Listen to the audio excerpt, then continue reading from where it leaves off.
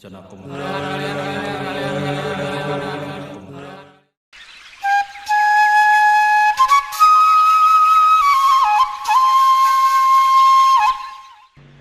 adalah Homo fabulensis, makhluk yang bercerita, yang bersastra dengan bahasa dan imajinasi yang ganjil, yang tak pasti, yang tak mandek, yang menurut Gunawan Muhammad selalu baru dan hidup kembali berkali-kali. Dari selatan Jawa, tepatnya daerah Banyumas di Jawa Tengah, ada bahasa yang dianggap lucu oleh sebagian orang. Kita mengenalnya dengan cablaka. Karakter khas yang ada di masyarakat Banyumas itu yang artinya itu blak-blakan tanpa basa-basi kayak gitu mas, cemplang-cemplong kayak gitu loh. Sebagai bagian dari kebudayaan Banyumas, cablaka sudah melewati banyak pembahasan. Tetapi Agenya Matohari adalah tokoh yang sentral pada cerita kali ini. Cablaka itu sebuah kata yang artinya terus terang, tidak ada yang ditutup-tutupi. Itu cablaka, berkata apa adanya, itu cablaka. Saya menganjurkan pertahankan dan kembangkan karakter Banyumas, karena karakter Banyumas yang egalitarian itu adalah modal sosial untuk mengembangkan Republik Indonesia supaya egalitarianisme berjalan. Karena feodalisme ternyata di jajaran pemerintahan, di jajaran partai politik, di jajaran birokrasi masih kental, dan itu sebetulnya sampah-sampah yang bisa menghalangi kita mencapai tujuan kemerdekaan. Jadi anak muda, kembangkan karakter Banyumas yang egaliter, yang cablaka. Itu penting untuk membangun Indonesia.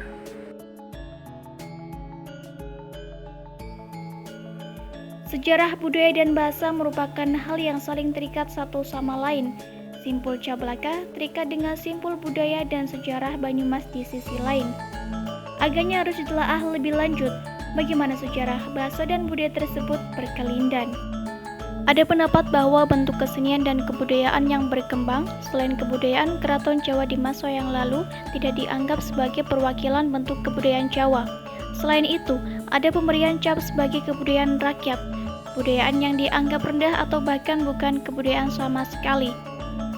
Budaya dan simbol.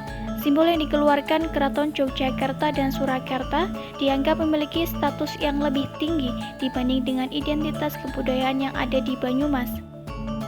Orang Banyumas bangga dengan gaya bahasa cablaka yang dimilikinya, tetapi di sisi lain ada perasaan inferior bila dibandingkan dengan bahasa Jawa Keraton yang dianggap lebih tinggi.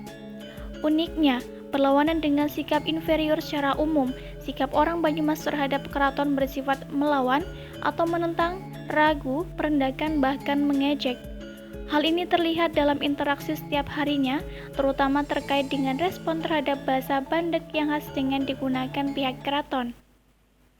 Nostalgia adalah romantisme untuk memperindah ingatan, tetapi untuk kita manusia yang hidup akan masa depan, mengapa cablaka menjadi sedemikian penting?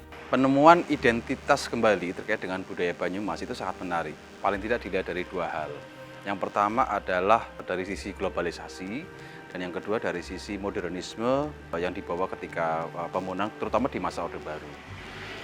Orang di Banyumas mulai mencari nilai-nilai yang familiar dengan dirinya. Ketika nilai-nilai asing sangat agresif masuk di tengah kehidupan masyarakat. Budaya Banyumas tidak pernah menjadi sentral dari pusat politik ataupun juga pusat kebudayaan di masa yang lalu. Sehingga ada sebuah mental seperti inferior ketika disandingkan dengan budaya tinggi seperti di Surakarta atau di Yogyakarta. Tapi uniknya, Banyumas ketika menghadapi atau vis-a-vis dengan budaya tinggi, mereka cenderung melawan, mereka cenderung mencemooh atau juga merendahkan budaya tersebut. Jadi konsepnya seperti inferiority complex. Bahasa bukan hanya simbol, tetapi lebih dari itu. Bahasa menjadi alat kita untuk mengerti akan dunia, bahasa memberi persepsi atas realitas, dan oleh karenanya, bahasa mendeskripsikan bagaimana kita hidup.